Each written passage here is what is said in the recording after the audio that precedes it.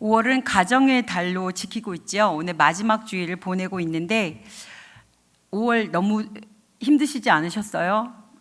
어머니도 섬겨야 되고 자손들도 섬겨야 되고 또 친지들도 섬겨야 되는데 어찌 주머니가 좀 두둑해지셨나요? 아니면 홀쭉해지셨나요?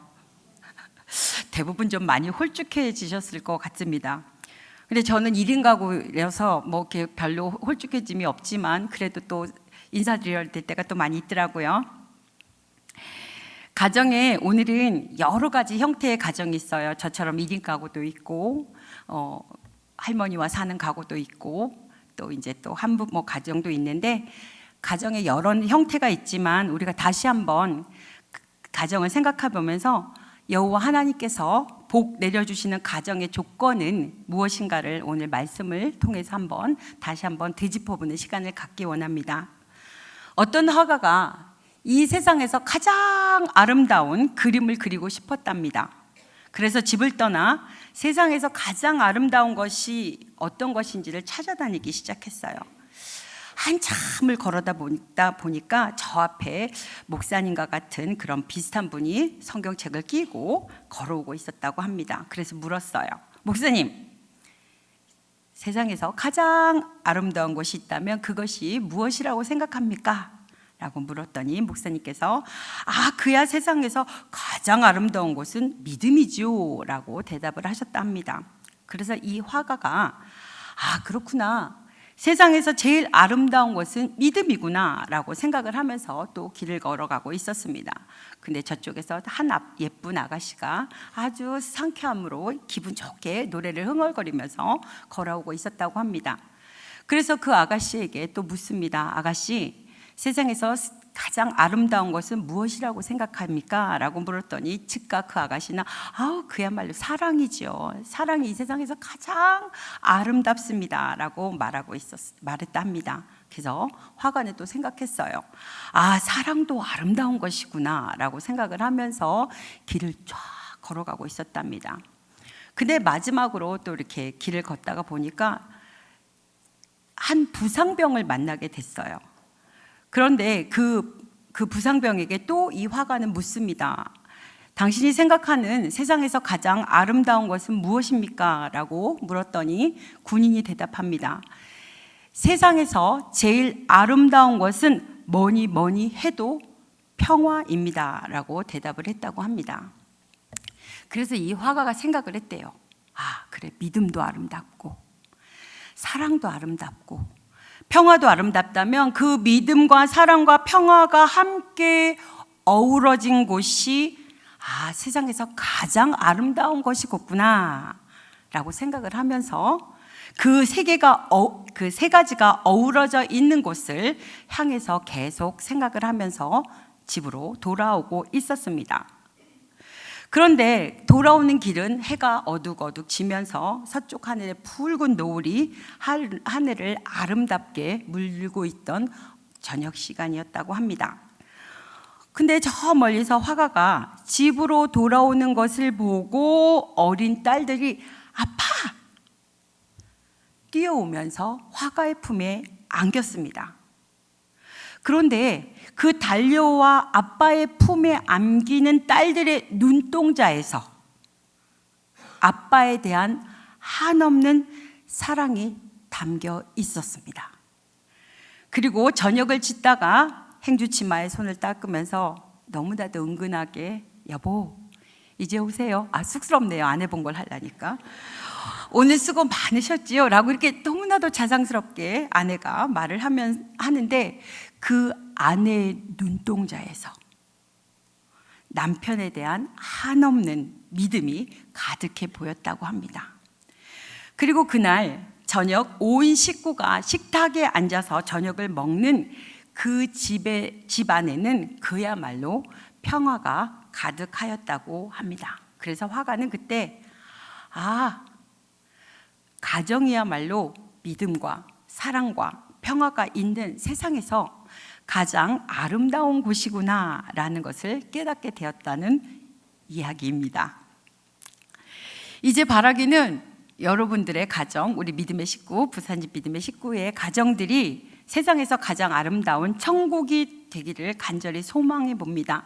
가정을 통해서 쉼을 얻고 새 힘을 얻고 위로를 얻고 세상에서 받은 상처를 치유받을 수 있는 천국, 요즘 세대들을 말하는 힐링의 장소가 될 수 있기를 주님의 이름으로 소망합니다. 그렇다면 여러분, 행복한 가정의 조건, 가정 천국을 이룰 수 있는 조건은 무엇이고 또한 방법은 어떤 것이 있는지 우리 오늘 말씀을 통해서 한번 찾아보기 원합니다. 첫 번째로 하나님을 경외하는 신앙이 복된 가정을 만들어가는 유일한 원리입니다. 본문 1절 말씀인데요, 우리 함께 다시 한번 봉독해 볼까요? 시작. 여호와를 경외하며 그의 길을 걷는 자마다 복이 있도다. 아멘. 이 오늘 시편을 쓴 시인은 축복받는 가정이 되기 위한 영적 비결로 하나님을 경외할 것을 말하고 있습니다. 이스라엘 민족의 최고의 지혜서인 잠언 1장 7절에 보면 우리 다 외우는 말씀입니다. 시작. 여호와를 경외하는 것이 지식의 근본이라. 아멘. 이렇게 말하고 있습니다. 또한 모세는 신명기 10장 12절에서 이렇게 말해요. 이스라엘아, 내 하나님 여호와께서 내게 요구하는 것이 무엇이냐라고 물으면서 내 하나님 여호와를 경외하여 그의 모든 도를 행하고 그를 사랑하며 마음을 다하고 뜻을 다하여 내 하나님 여호와를 섬기는 것이라고 말하고 있습니다. 이스라엘 율법의 기본 정신이기도 한 이 말씀을 축복받는 가정을 세우기 위한 첫째 되는 비결로 말씀하고 있는 것입니다. 이것이야말로 우리 성도가 그 가정이 가장 명심해야 할 삶의 원칙이며 축복의 원칙임을 다시 한번 새기시기 바랍니다. 그런데 아쉽게도 우리는 좋은 환경에서, 예전보다는 훨씬 좋은 환경에서 살아가고 있지만 오히려 화목한 가정, 행복한 가정은 조금씩 사라져가는 형태로 나타납니다. 왜 그럴까요? 다 아시죠? 참 복된 원리인 하나님을 경외하는 삶을 실천하지 않고 자녀들에게 제대로 가르치지 않기 때문입니다. 여러분, 외적인 환경과 조건이 우리의 가정을 지탱해 주고 복되게 할 수는 없습니다. 오직 하나님을 경외하고 그분께 순종하며 순복하는 가정이 될 때 하나님의 축복이 임하게 되는 것입니다. 하나님 경외하는 것이 참된 축복과 연속적인 행복의 기초가 된다는 사실을 잊지 마시기 부탁드립니다. 이 확신에 근거해서 여러분의 가정을 세우고 우리 자녀들을 양육하시는 은혜가 있기를 소망합니다.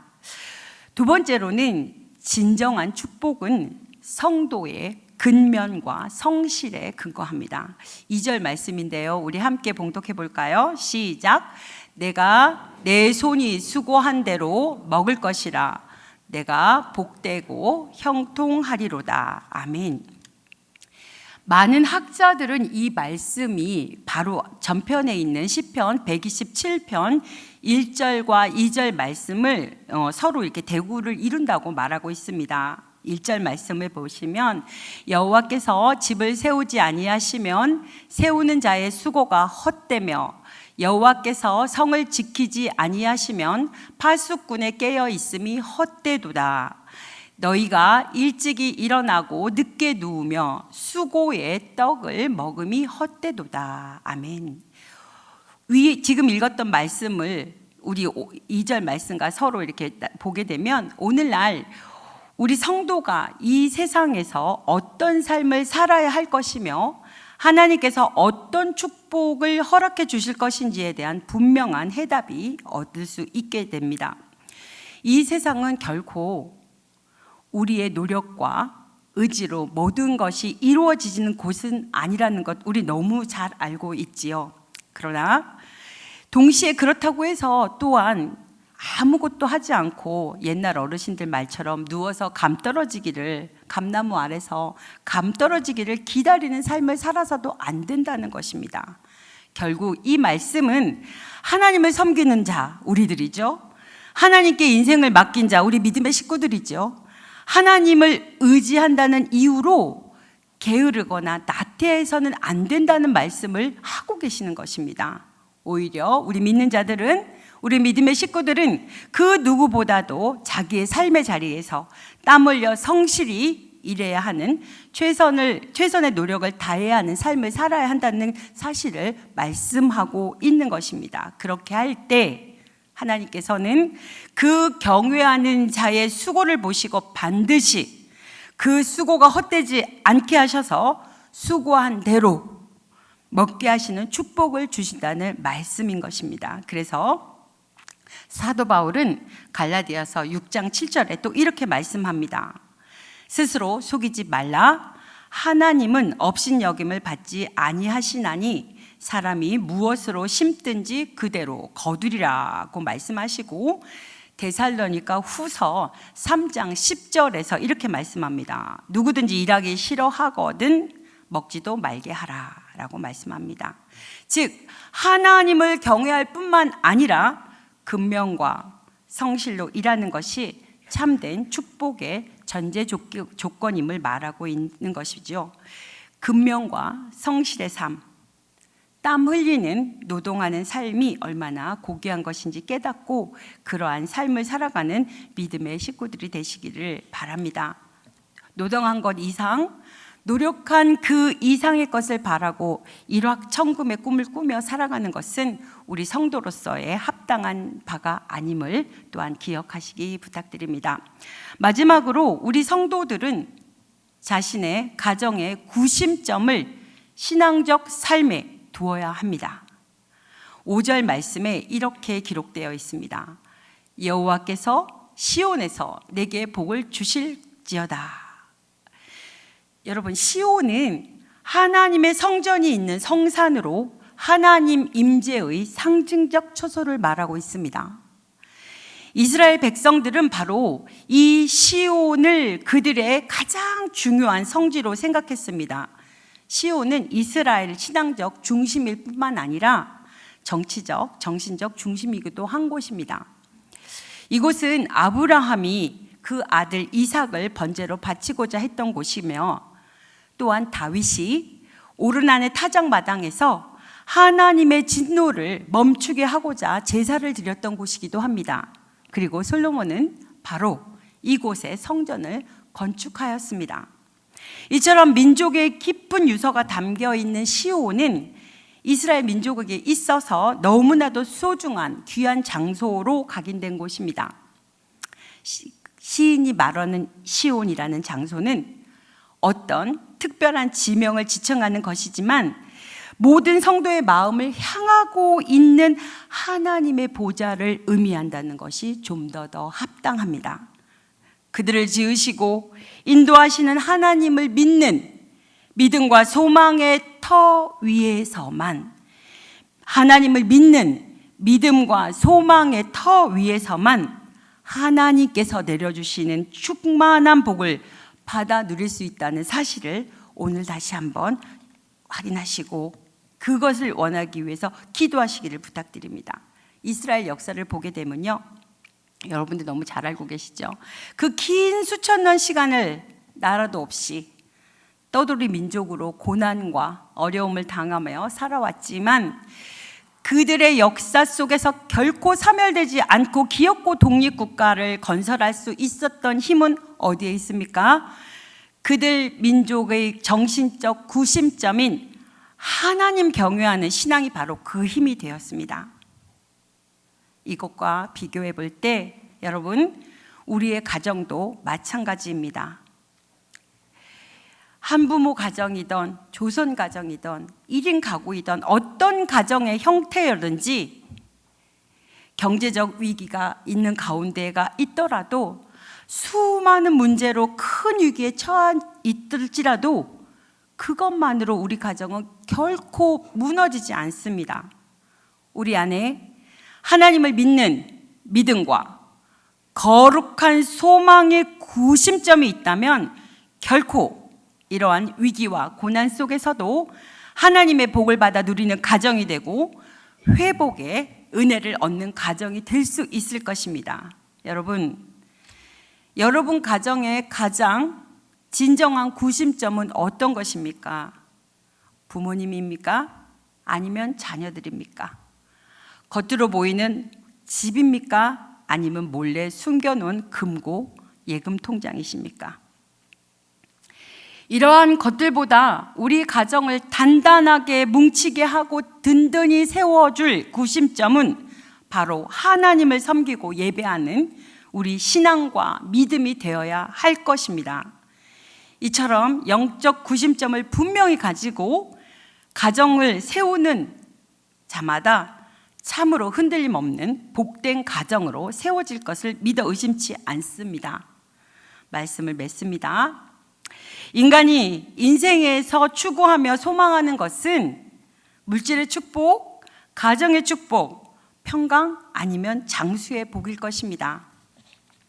그런데 방식이 다르고 추구하는 방법은 다르지만 인생길에서 그것을 위해서 수고하고 땀 흘려 얻으라는 것은 아마 모두가 비슷할 것입니다. 그런데 오늘 시인은 다시금 우리의 생각과 마음을 바꾸라고 합니다.